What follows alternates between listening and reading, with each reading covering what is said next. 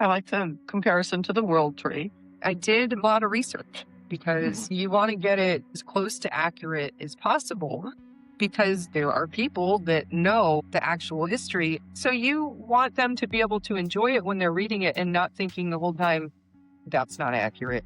So Vikings probably didn't really make it to Bangor, Michigan, but they might have, because there's a native tribe called the Mandans who had European blood. Oh. They have red hair and light skin, and we're speaking words in Norse and Welsh.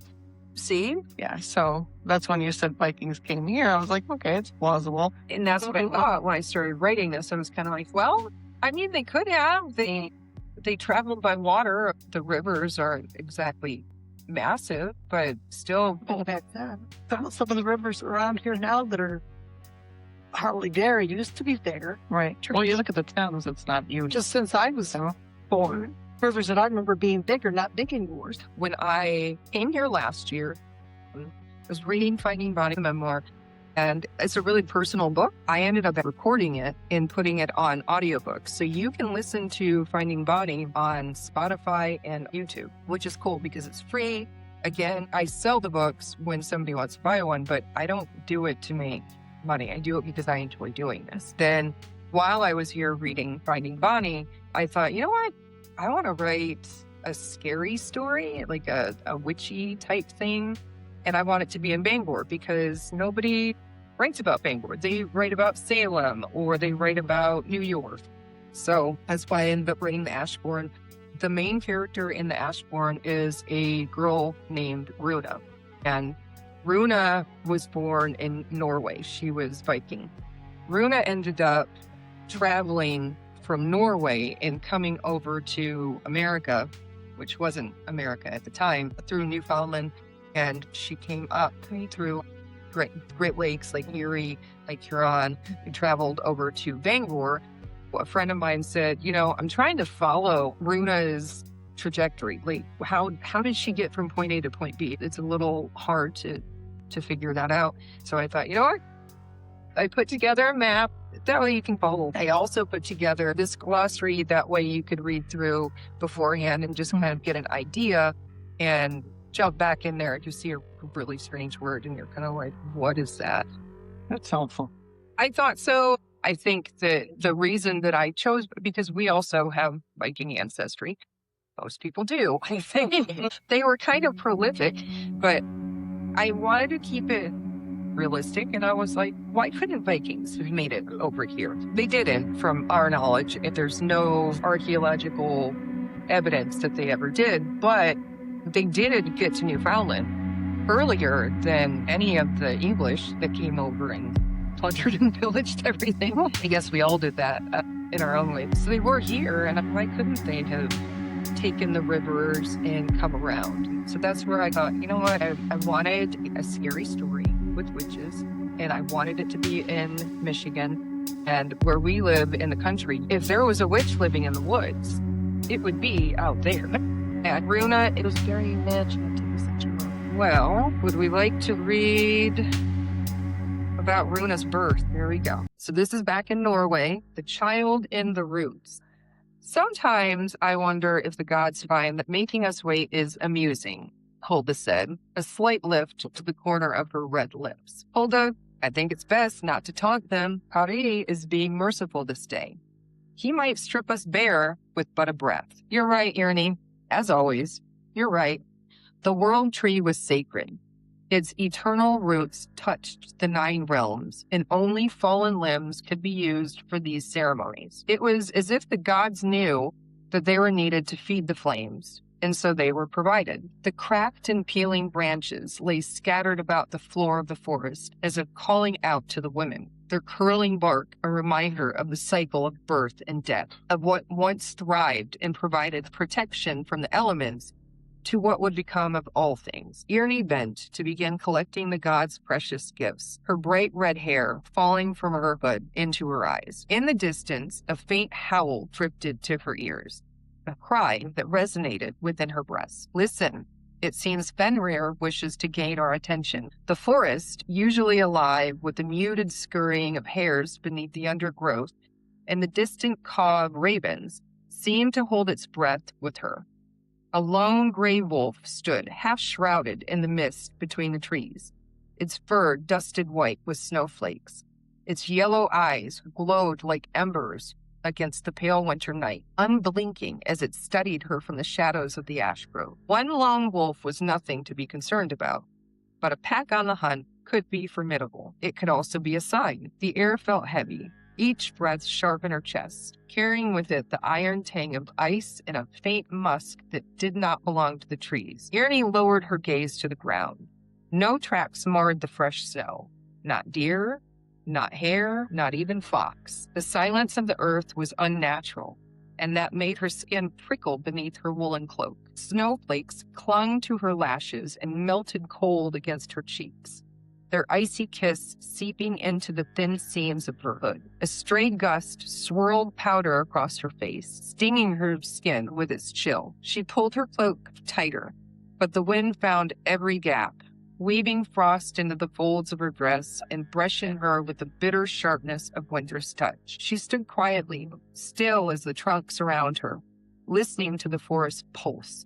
The creak of branches overhead, the whisper of wind curling through pine needles, the wolf's breath curling in plumes of frost. She closed her eyes, drawing in a long breath of cold, damp air, letting it burn into her lungs before releasing it slowly. She centered herself in that moment, letting the world press close. The gods spoke in signs both subtle and fierce, and when they did, Irene found it best to listen. The howling transformed into a mewling, not so much a cry for help as a cry to guide those who were sent, so they might know where to find this gift. Hulda did not wait for Irene, and she rushed towards the noises emanating from within the ash tree. As much as they were alike, Hulda held a stronger need to nurture within her breast. Irene watched as Hulda climbed into the cavity created from the large arching roots for what seemed an eternity. She paid no notice to the tearing of her flesh as she forced her way through. All of her focus was placed on retrieving that which was calling out to her. Her entire body burned with a need to reach this destination. This source of what sounds both broke her heart and filled her with an overwhelming joy. The sounds of the forest increased, as if even the smallest creature knew that something spectacular was occurring in their midst. A tangible hum pulsed through every fiber of the space surrounding this immense ash tree. Before Irene could step forth, Hulda began to back out towards her. She was slightly hunched, and it appeared she was using her body to protect whatever it was she had found from the wind and the elements. The sounds of the forest became deafening. Irene brought her hands to her ears to dampen them, but it did no good. She thought if it grew any louder, she might succumb and lose herself. Hulda turned toward her, her face frozen downwards towards the treasure within her arms. As she stepped into full view, the bundle cradled protectively was revealed, undeniably a newborn babe. In that moment, the forest held its breath, and all fell to silence. The humming ceased.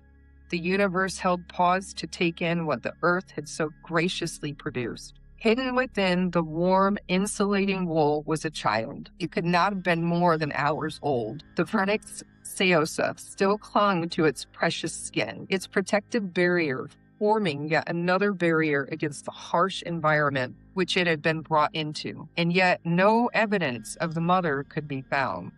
Irene moved towards Hulda and peered into the babe's deep blue eyes the color of the Norwegian sea, and she fell to her knees weeping. The gods have given us a gift this day, this child born of the forest.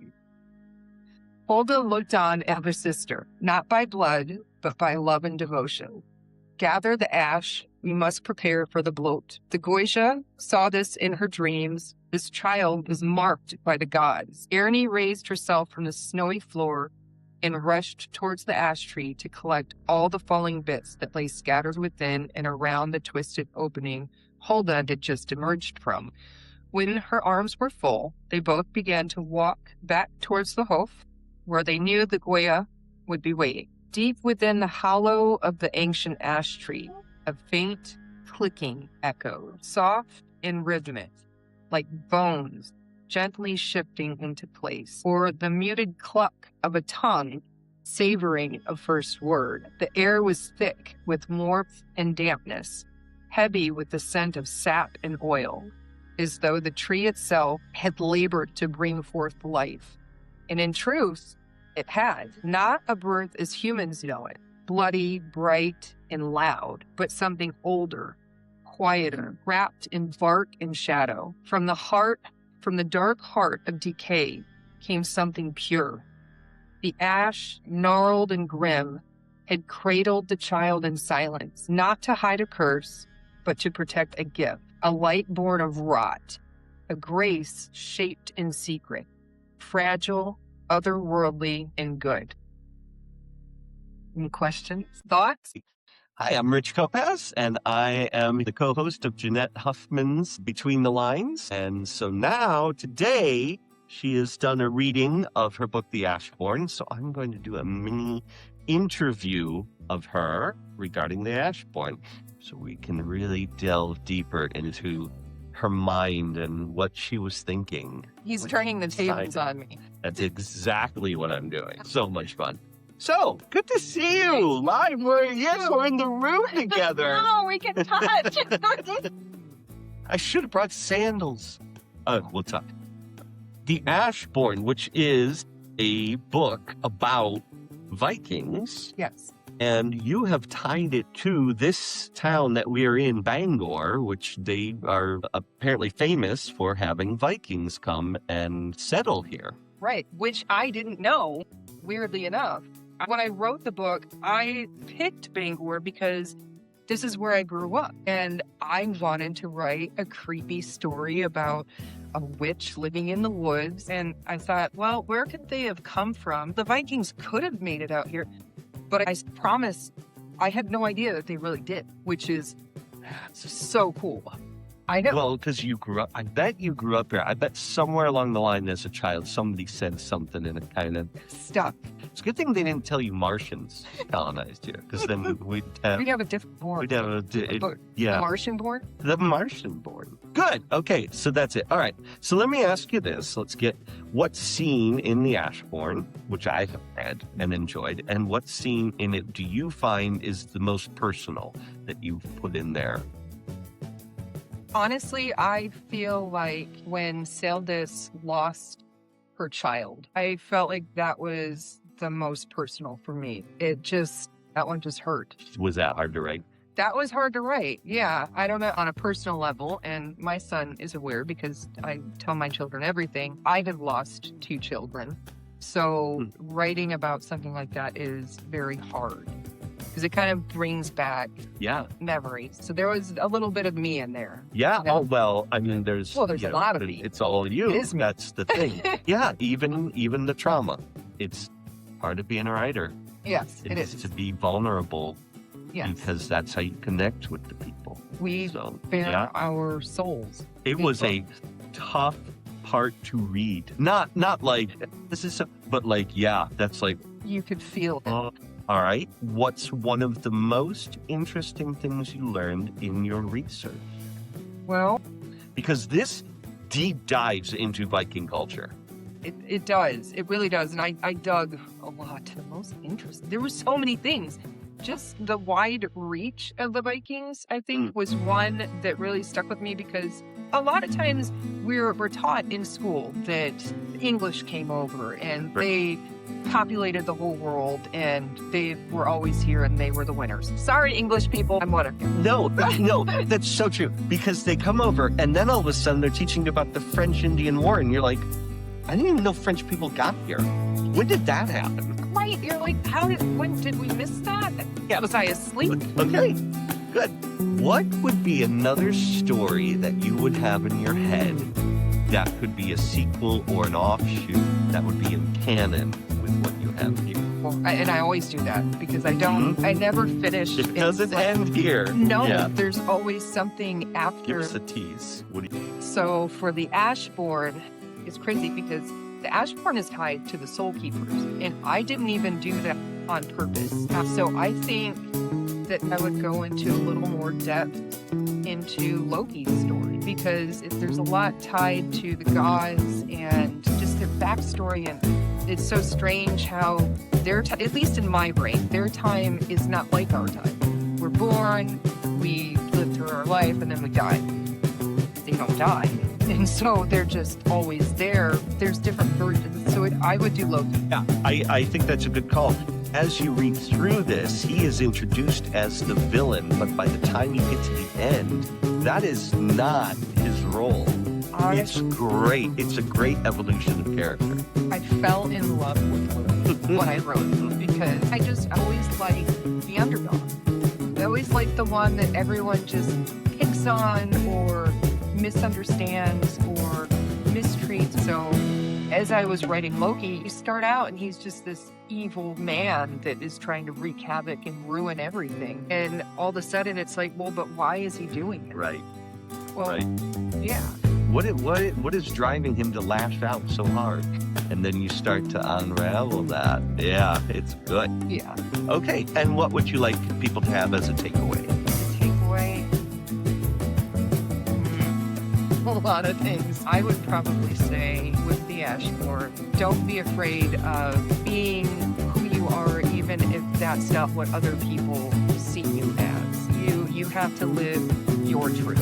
You have to do what makes sense to you. And as far as Runa, Runa's born of the gods.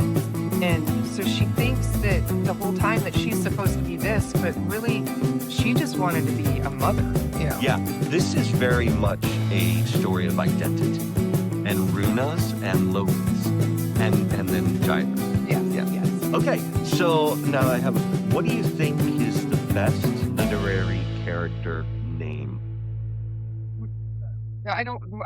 My brain is scrambled. Yeah, Loki. Oh, Great literary character name. okay. What do you think is top shelf literary character name?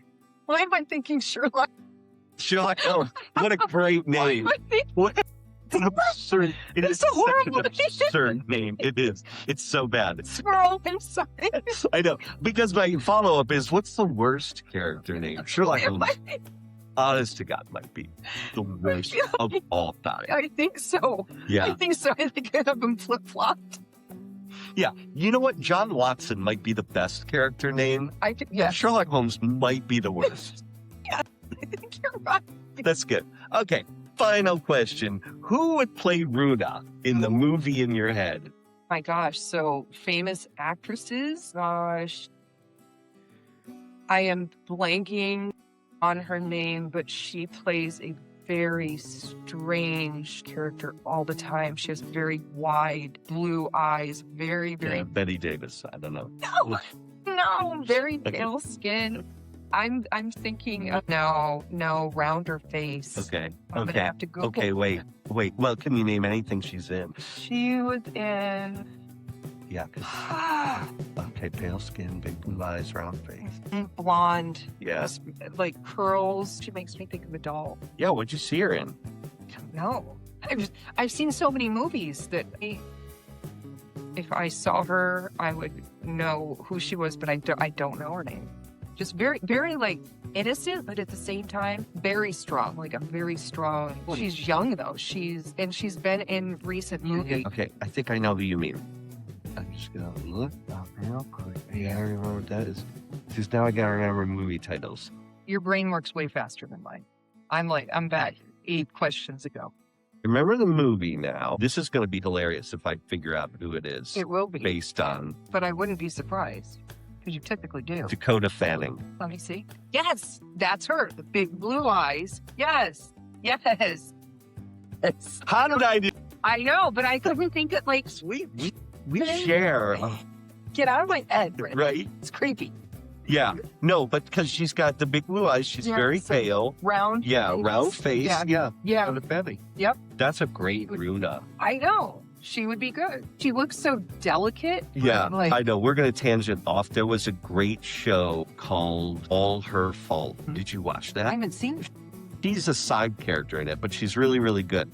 The main character, I don't even know who that actress is, but it was good. It was good and entertaining and had a lot of twists. and kept you guessing all the way through the end. I like that. All her fault. It's got like 8 episodes or whatever. It's like a completed story, but it's like a mini series or whatever. Did they pay you recommend to mention it?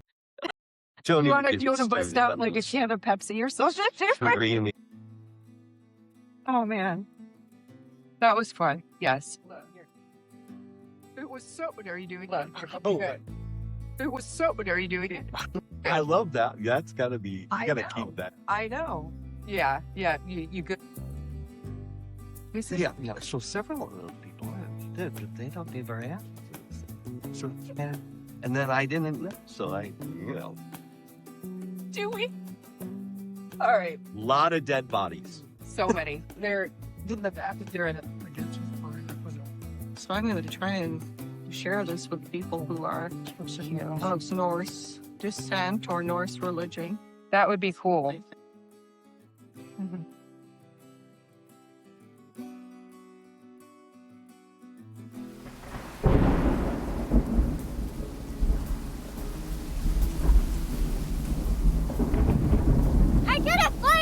I'll fly away with you. Horrible singing voice. What is going on?